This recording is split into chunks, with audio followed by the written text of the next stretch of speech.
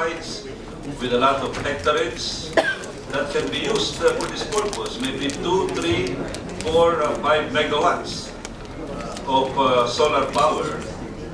And these are already existing, these are not exploratory, but prototypes.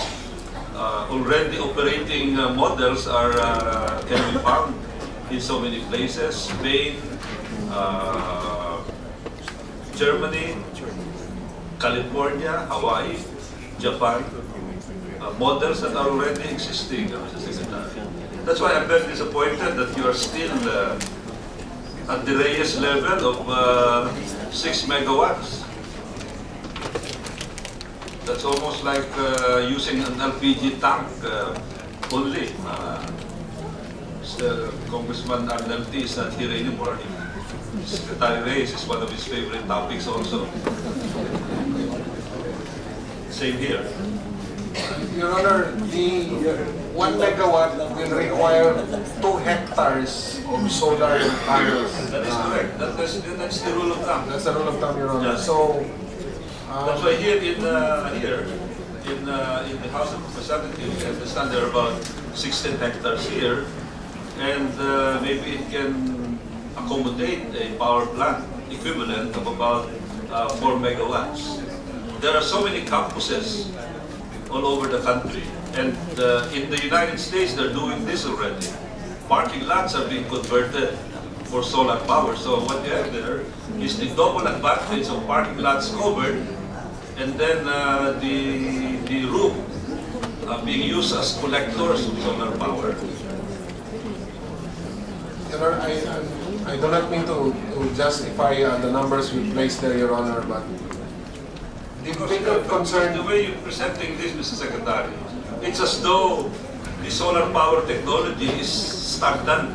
It will remain static from 2010 to 2015 to 2020, but solar power is probably the power technology where the technology is accelerating at a faster rate. Hydropower is not going to change. It will be diesel-driven, turbine-driven. Wind power will still be turbine-driven, but not in the case of solar power because of the changing and rapidly accelerating technology in photovoltaics. So you cannot assume that the technology will remain the same. It will remain the same in the case of nuclear, in the case of diesel, in the case of coal power, in the case of wind, in the case of hydropower, but not in the case of solar power. So I cannot understand why from 2010 to 2030, your total is only 78 megawatts. There are some plants already in Spain where it is already at about 100 megawatts. We're talking here of concentrated power thermal, not photovoltaic. So why are we so, we are not technology driven here. We are assuming that the technology is going to be stagnant. Your Honor, you're correct. We do not assume that technology will be stagnant. One of the most advanced on the solar technology for equatorial locations, Your Honor, is Japan. So we have actually interacted with the Japanese, and I asked them, how many years away are we from reaching the $3 per kilowatt hour cost to generate solar power? And their reply to me is at least 7 years, which is really why if you see the progression of our estimates, it's not there. Your Honor, if we allow so much solar power to be fed into the grid and be paid a price very high compared to the generation cost, the universal charge for the feed-in tariff, which will be paid for by all of the customers, will also go up, Your Honor.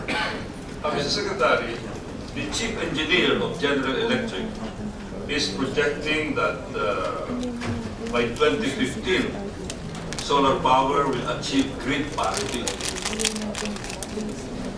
I don't know if you have run into that. You know, I would not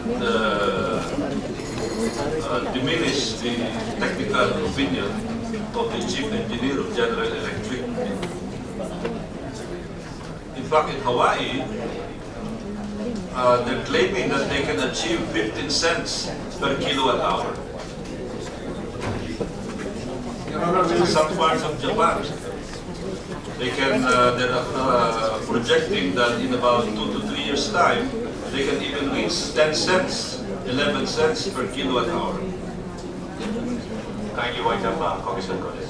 Thank you. Your Honor, we thank you for that input, Your Honor. We will take on that lead, but right now, all the proposals that we have on our table are very far from the 10 cents or the 15 cents, Your Honor. The proposals on table for here for Philippines is still at $2, $3 plus, Your Honor. And if there is somebody who will come and say that they can do it, we would definitely be very open to it, Your Honors, and we can accelerate it's just that we are protecting the price of electricity to the consumer. Of course, that's very important. I'd like to wind up, Mr. Chairman, by saying that I understand that there are some entities who are willing to accept a first cost of about 3 billion, 3.5 billion, up to 4 billion, connect with the grid and charge the same. But they will recover, they know that they can recover some other way. But of course, just like you, I'm wondering about the kind of arithmetic they're using here. But this is something that we should explore. Because in the opinion of this representation, this is where the game can really be changed, solar power, more than any other kind of renewable energy. In fact, even in transportation, we are already witnessing this. Right now, in Switzerland, there's a solar power plane that is flying, and it can fly for several days without refueling, manned already.